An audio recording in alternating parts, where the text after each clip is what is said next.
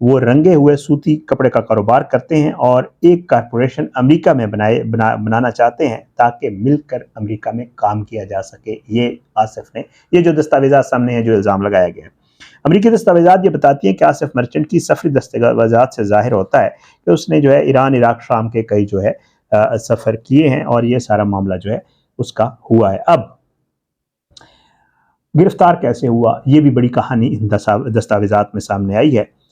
دستاویزات یہ بتاتی ہیں کہ جی جون کے اوائل میں جو ہے اس شخص نے، آصف مرچنٹ نے، ایک بندے سے ملاقات کی اور اسے کہا کہ مجھے کوئی ایک ہٹ مین جو ہے یا کرائے کا قاتل چاہیے۔ اس شخص نے، جو اس کے ساتھ رابطے میں تھا، جو بھی تھا، اس شخص نے جو ہے یہ تفصیلات جو ہے وہ امریکی حکام کو فراہم کر دی اور انہیں بتایا کہ اس طرح ایک شخص آیا ہوا ہے اور یہ جو ہے کرائے کے قاتل چاہتا ہے، اور یہ سارا جو ہے وہ بندہ جو ہے وہ مخبر بن گیا امریکی اداروں کا اور ان کو اس نے ساری تفصیلات دینا شروع کر دی۔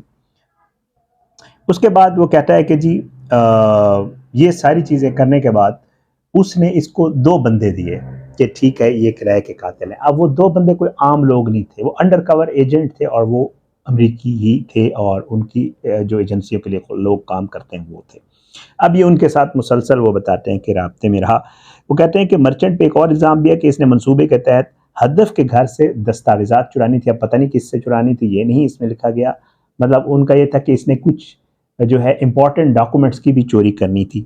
اور جو ہے اس کے علاوہ وہ کہتے ہیں کہ جی USB میں اور یہ چیزیں کچھ چوری کر کے اس نے یہ سارا جو ہے وہ پیچھے ایران کو پرووائڈ کرنا تھا، اور ایران کیونکہ قاسم سلمانی کا بدلہ لینا چاہتا ہے تو یہ ان کو ہیلپ کر رہا تھا، یہ الزام لگایا گیا۔ اچھا، FBI کے خفیہ ایجنٹوں سے اس کا رابطہ کروایا اس شخص نے کہ یہ اجرتی قاتل ہیں۔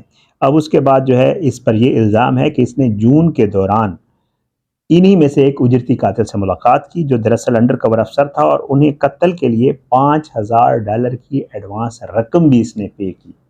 یہ سارا جو دستاویزات پیش کی گئی ہیں، عدالتی دستاویزات یہ بتاتی ہیں کہ آصف مرچنٹ مبینہ طور پر قتل کے منصوبے کی تکمیل سے قبل 12 جولائی کو وہاں سے فرار ہونا چاہتا تھا، امریکہ چھوڑنا چاہتا تھا، اور اس سلسلے میں اس نے پرواز کی بکنگ بھی کر رکھی تھی، وہ وہاں سے نکلنا چاہتا تھا۔ آصف مرچنٹ نے مبینہ طور پر کہا تھا کہ وہ امریکہ چھوڑنے کے بعد کوڈڈ ورڈ کی مدد سے رابطے میں رہے گا، مگر اسی روز امریکی حکام نے انہیں گرفتار کیا تاکہ وہ ملک نہ چھوڑ سکے، کیونکہ اس کے ساتھ جو شخص رابطے میں تھا وہ ان کا مخبر تھا، اس نے ان کو بتا دیا اور پھر انہوں نے اس کو گرفتار کر لیا اور یہ سارا معاملہ سامنے آیا۔ اب اس کے اوپر ہمارے دفتر خارجہ کا بھی بیان آ گیا ہے۔ ممتاز زہرا بلوچ صاحبہ جو ترجمان ہیں، انہوں نے کہا ہے کہ آصف مرچنٹ کی گرفتاری اور امریکہ میں مبینہ قاتلانہ حملے کی سازش کے بارے میں انہوں نے کہا کہ ہم جو ہے میڈیا رپورٹس ہم نے دیکھی ہیں، امریکی حکام سے رابطے میں ہیں، انٹیلیجنس کی سطح پہ بھی اور دوسرے سطح کے اوپر ہمارے جو ہے ان کے ساتھ رابطہ بھی ہے اور تفتیش ابھی جاری ہے، اس لیے جو ہے وہ باضابطہ رد عمل جاری کرنے سے قبل ہم اس شخص کے ماضی سے متعلق معلومات کی توثیق چاہتے ہیں۔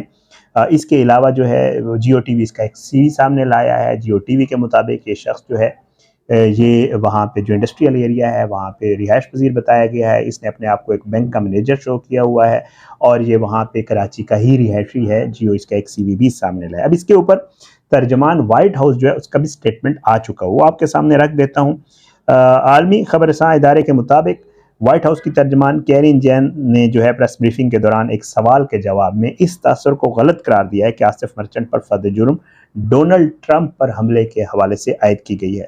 ترجمان وائٹ ہاؤس نے کہا کہ جی اس حوالے سے تفتیش کے دوران کوئی ثبوت نہیں ملے کہ یہ ڈونلڈ ٹرمپ پر حملے کے اس میں ملوث بھی تھا یا نہیں تھا۔ بہرحال جی باقی آپ کو پتہ ہے وہاں پہ جیسے میں آپ کو بتا چکا ہوں کہ کچھ میڈیا آؤٹلیٹس، کچھ اخبارات جو ہے اس آصف مرچنٹ کی گرفتاری کو جو ہے وہ امریکی صدر ڈونلڈ ٹرمپ سے جوڑنے کی کوشش کر رہے تھے، تو اس کی باقاعدہ طور پہ تصدیق آ گئی ہے۔ یہ اب وہاں پہ گرفتار ہے اور اس کے اوپر یہ الزام سنگین قسم کے الزامات ہیں۔ ایک تو کسی ملک کے لیے کام کرنا، دوسرے ملک کے لیے، پاکستانی ہے، ایران کے لیے کام کر رہا تھا، وہاں پہ مارنا چاہتا تھا۔ 3 قسم کے الزامات اس کے اوپر لگائے جا رہے ہیں جو میں آپ کو بتا بھی چکا ہوں۔ یہ ساری تفصیلات جو ہے یہ آصف مرچنٹ کے حوالے سے ہیں اور یہ دستاویزات جو ہے یہ امریکہ سے کل سامنے آئی تھی، آج اس کے اوپر پاکستان میں ساری بات ہو رہی تھی اس کی ڈیٹیل میں نے نکالی ہے، کراچی سے تعلق اور پھر امریکہ جا کر یہ سارا، اور پھر وہاں سے فرار ہوتے ہوئے فلمی انداز میں جو اس کی گرفتاری ہے، یہ ساری تفصیل آپ کے ساتھ شیئر کرنی تھی۔